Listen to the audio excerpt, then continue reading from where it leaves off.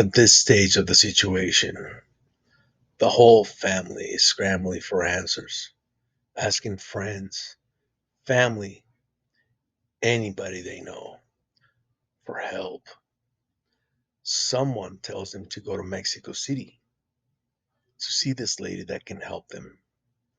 So they go. When they get there, the house is located in a dangerous poor area.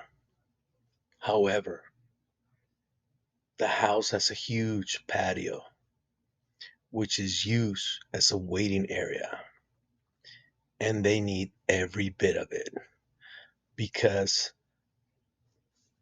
there were probably close to 100 people waiting. When someone gets there, there are plastic chairs. You grab one, you sit down at the end of the line.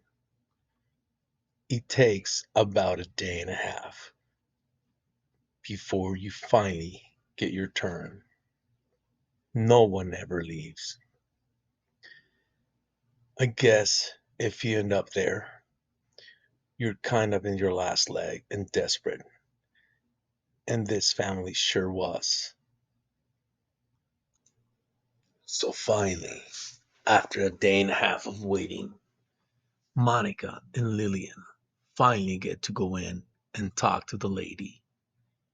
The lady does something they can't really explain what she does, but she tells Monica and Lillian that there is a muerto enterrado, which translates into a buried dead at their house. So the lady sends two ladies that work for her. They start driving back. It's a 6 hour drive back to Acapulco. Now, to put things in perspective, the family drove 6 hours from Acapulco to Mexico City. Then they get in line, which is close to 100 deep, and that line never gets smaller. People come every day, and it stays very long. Now they're about a day and a half, not really getting any sleep and hardly eating anything. And now they have to drive back another 6 hours. So you can imagine the family. So now they're back home with the two ladies.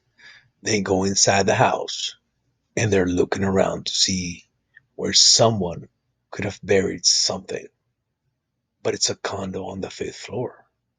There's no dirt anywhere. It takes them a while to figure out where someone could have buried something. And they remember there are two huge pots right outside the door with Savila plants in them. A few months back, Brian had tied a bunch of red lace bow ties on the Savila plant.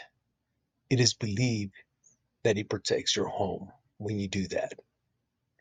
Well, a few weeks back, when they got home one day, it looked like someone wanted to damage the plants because they were partly broken and somewhat pulled out of the pot. There was dirt on the ground as well. It was a sad and kind of scary sight to see that someone would do that. And that's where the two ladies started to dig. As the two ladies start to dig, Monica starts to feel terrible to the point that she went to the bedroom to lie down.